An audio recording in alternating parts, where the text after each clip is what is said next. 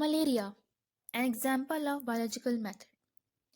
सबसे पहले तो ये है कि जो मेरी नेक्स्ट 2 वीडियोस आएंगी उसमें हम मलेरिया को एज एन एग्जाम्पल पढ़ेंगे कि किस तरह से जो हमने पीछे साइंटिफिक मेथड पढ़ा, hypothesis, observation observation hypothesis, deduction, experimentation, results, ये सारे पॉइंट्स हम मलेरिया को मद्देनज़र रखते हुए पढ़ेंगे। लेकिन सबसे पहले हम मलेरिया का एक इंट्रोडक्शन देख लेते हैं कि मलेरिया क्या है।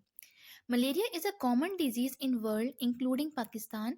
It is caused by the bite of Anopheles mosquito. अब मलेरिया कॉमन डिजीज है जो कि एक मॉस्किटो के बाइट करने से होता है। फीमेल जो एनोफिलिस मॉस्किटो होती है उसके बाइट करने से मलेरिया होता है।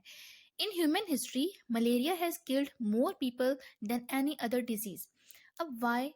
Because there was no proper treatment for malaria. कोई मेडिसिन नहीं थी, कोई फिजिशियंस जो थे हमारे पास्ट के वो कंफ्यूज रहते थे कि मलेरिया हो क्यों रहा है, किस वजह से हो रहा है, ये डिजीज़ जो है कंटेजियस है नहीं है, और अगर इसका कॉज यानी वो कॉज पे जा नहीं सक रहे थे।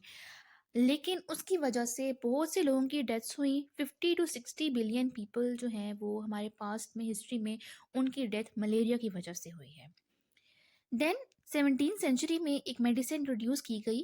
Quinine was the only remedy for malaria from 17th to 20th century. अब ये एक मेडिसिन थी क्विनीन जो आज भी यूज होती है। Then in 1878, a French army physician Leveran did research on the cause of malaria। कि कॉज पहले हमें पता होगा तो फिर हम उसके ऊपर काम करेंगे ना। हमें जब पता ही नहीं है कि किसी डिजीज की वजह क्या है तो हम जब वजह नहीं पता चलेगी तो हम उसको ख़त्म नहीं कर सकते। He took blood from a malarial patient and examined it under microscope. He noticed some microorganisms in blood and gave the name Plasmodium। कि मलेरियल पेशेंट जो था उसके ब्लड में जो हमारे फिजिशियन है लेवरान, उनको पैरासाइट्स या माइक्रो ऑर्गेनिजम्स मिले और उन्होंने उनका नाम रखा प्लाज्मोडियम। और एंड पे एक स्टेटमेंट हमारी जारी हुई कि Plasmodium is the cause of malaria. यानी कि जो प्लाज्मोडियम है वो मेन कॉज कर रहा है मलेरिया। प्लाज्मोडियम क्या है? एक पैरासाइट है। और वो पैरासाइट ह्यूमन बॉडी तक पहुंचा कैसे, ह्यूमन बॉडी के अंदर कैसे पहुंचा? वो मॉस्किटो के बाइट करने से पहुंचा, फीमेल एनोफिलिस मॉस्किटो के।